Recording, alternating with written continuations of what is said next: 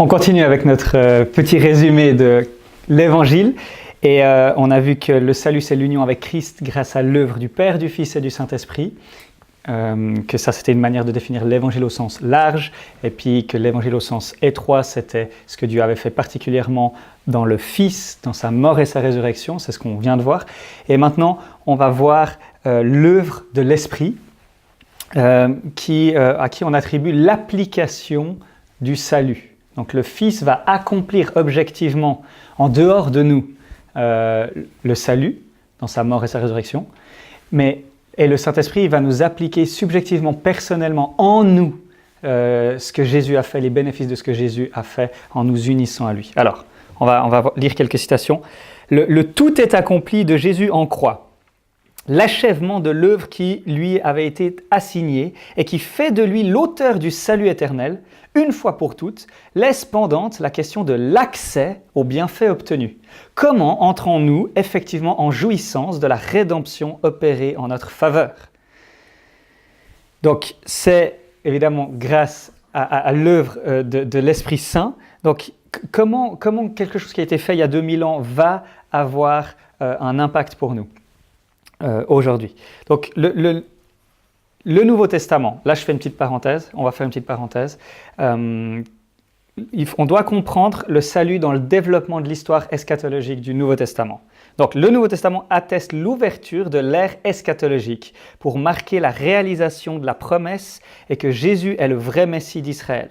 Du même coup, les biens du salut dont nous jouissons en ce temps se révèlent ce qu'ils sont, les arts et prémices de la consommation encore à venir, fin de la fin, thème de l'eschatologie inaugurée. Alors, qu'est-ce qu'on dit là? On dit, en fait, que dans la pensée biblique, on était dans la perfection du jardin d'Éden. Et puis, à partir de la rupture entre Dieu et l'homme, à cause de la rébellion de l'homme, on entre dans l'âge présent, l'âge mauvais, le monde, le siècle présent. D'accord? Et puis l'espérance de l'Ancien Testament, c'est qu'il y a le jour de l'Éternel. D'accord? Cette espérance que quand le Messie va venir, la venue du Messie va établir l'âge à venir, le nouveau monde, où Dieu, le règne de Dieu sera à nouveau rétabli sur toute la terre. Et le Messie régnera à Jérusalem sur toute la terre. Toutes les promesses de l'Ancien Testament, c'est l'attente de tout l'Ancien Testament, de cette venue du Messie qui va régner.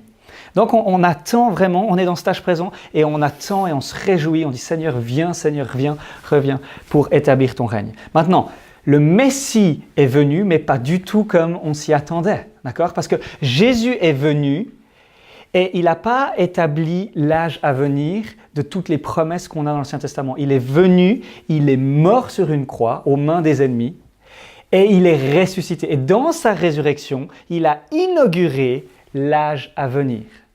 C'est-à-dire que maintenant, il y a un chevauchement des âges. On est déjà ressuscité avec Christ dans l'être intérieur, mais on n'est pas encore ressuscité dans l'être extérieur. On attend la deuxième venue de Jésus pour quand il reviendra et que là, on ressuscitera dans notre corps extérieur. D'accord? On est déjà libéré de l'esclavage du péché, mais on n'est pas encore libéré de la présence du péché. On vit encore dans un monde pécheur, où Satan a encore une certaine influence, et où notre chair nous influence encore. Donc ça, c'est vraiment l'enseignement du Nouveau Testament parle d'une eschatologie inaugurée. C'est-à-dire qu'on a déjà l'âge à venir, on est déjà ressuscité, on est déjà pardonné, on a déjà accès, on a les prémices, les arts. D'accord? C'est ce que Henri Blocher disait avant. On a déjà un avant-goût de l'âge à venir, mais il n'y a pas tout. Et puis, le changement, l'inauguration de ce royaume, c'est vraiment lors de la résurrection de Jésus. Comment on sait que cet âge à venir arrive? C'est parce que Jésus est ressuscité. Et si lui, il est ressuscité d'entre les morts, nous aussi, on sera ressuscités lorsqu'il reviendra. C'est ce que Paul nous dit en 1 Corinthiens 13. Donc, le monde présent, le monde à venir. Pourquoi ce temps? Pourquoi ce temps? Pourquoi Jésus il n'est pas ressuscité puis il n'est pas tout de suite revenu? Voilà une manière de répondre à cette question. Ce temps d'application qui requiert la foi de l'homme explique l'intérim entre la première et la deuxième venue. Voilà ce que Henri Blocher dit. Que l'application requiert la foi et que l'application requiert la foi et soit une œuvre clairement distincte de la mission du Fils une fois pour toutes, voilà qui paraît la raison théologique du sursis donné au vieux monde déjà vaincu. de la continuation de l'histoire, de l'insertion du grand intérim entre les deux venues. Entre Pâques et parousie. Ce qui retient l'ultime dénouement, c'est la nécessité d'évangéliser toutes les nations. Il est dit aux martyrs dans le ciel de patienter jusqu'à ce que le nombre de leurs frères soit complet, le nombre des élus, dirions-nous, auxquels le salut doit être appliqué. Donc on a ce laps de temps qui est là parce que le salut est accompli, mais comment est-ce qu'on parvient au salut? C'est quand nous avons la foi. Et il faut cet acte de foi de l'homme, et c'est pour ça qu'il y a ce sursis qui est donné au vieux monde. Mais tout est déjà accompli. Donc c'est en tout cas une manière de répondre qui peut vous aider peut-être. Maintenant, l'appel est urgent, c'est-à-dire on est dans les derniers jours. Dans la Bible, les derniers jours, c'est entre la première et la deuxième venue de Christ. Jésus peut revenir à n'importe quel moment et on doit appeler tout le monde à la conversion. Donc, on revient à ce qu'on disait au début, le salut doit nous être appliqué. Une citation fameuse, connue de Jean Calvin. Tout d'abord, il est clair que tant que nous ne sommes pas à Christ, tout ce qu'il a fait ou souffert pour le salut des hommes est dépourvu de sens et d'utilité pour nous. Pour que nous bénéficions des biens dont le Père l'a comblé, il faut que nous soyons à lui et qu'il habite en nous. C'est pourquoi Jésus-Christ est nommé notre chef et le premier-né de nombreux frères. Il est également indiqué ailleurs que nous avons été greffés sur lui et que nous avons revêtu Christ. Cependant, rien de ce qu'il possède n'est nôtre, comme nous l'avons dit, tant que nous ne sommes pas un avec lui. Donc, l'œuvre glorieuse et centrale de l'Esprit, c'est que la Bible nous révèle que l'homme, il est esclave du péché, spirituellement aveugle et spirituellement mort, et que Dieu va agir pour nous dans l'œuvre du Christ afin de nous sauver. Jésus subit notre châtiment, il va vaincre l'ennemi, et puis Dieu agit en nous par son Esprit afin de nous sauver. L'Esprit va nous donner la nouvelle naissance, il va nous donner la foi qui va nous permettre d'être unis avec Christ. On va développer ces petits éléments maintenant pour voir l'œuvre de l'Esprit.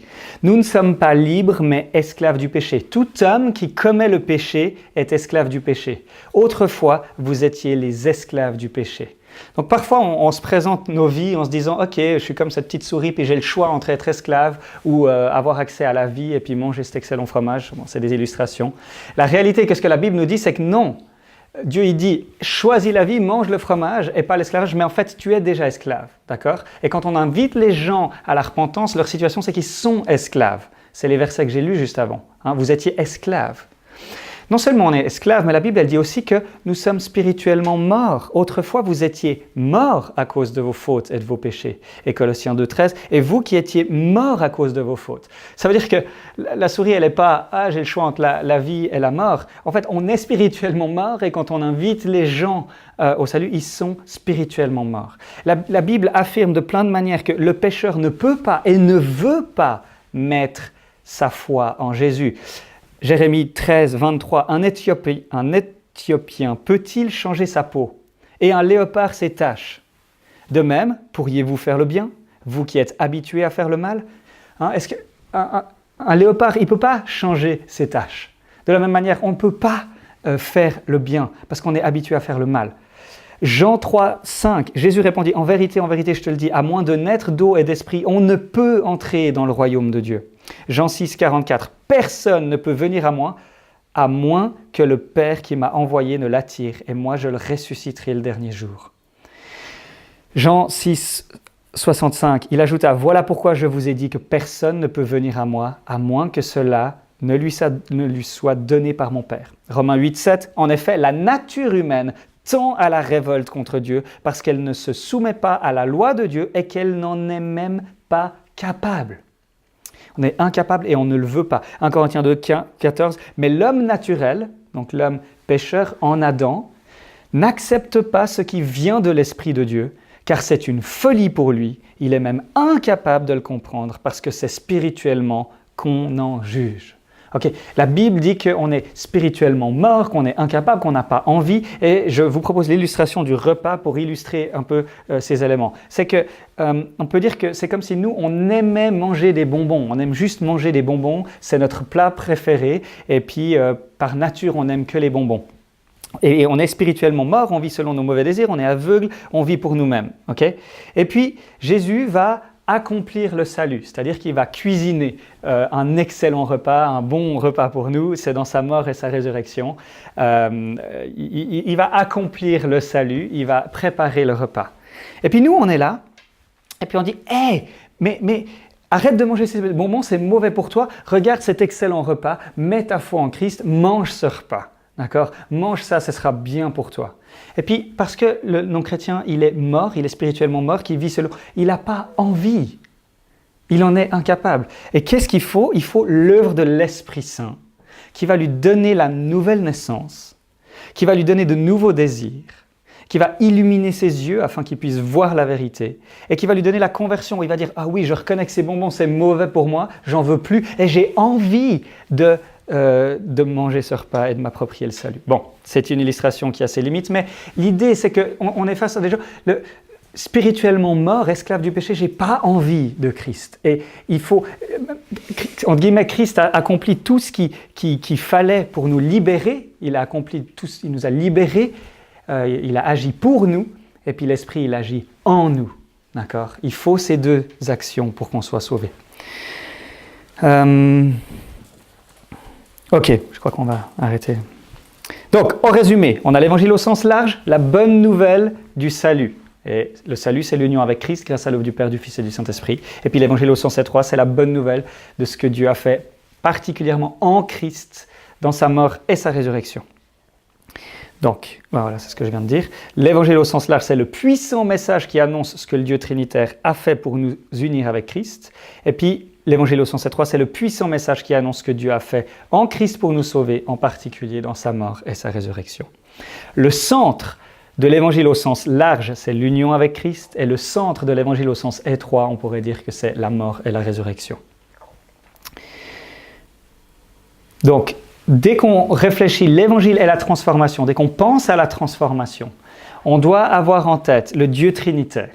On doit avoir en tête l'union avec Christ. On doit avoir en tête la mort et la résurrection de Jésus. On doit avoir en tête l'œuvre de l'Esprit en nous.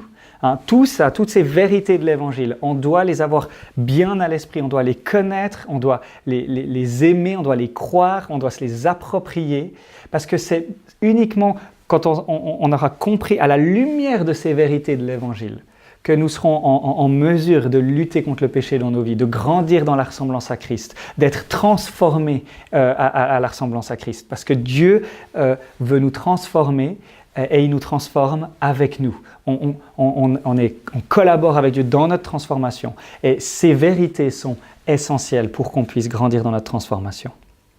Donc, on a terminé notre première partie sur l'Évangile. Je m'arrête là. Et puis, ensuite, on verra la transformation.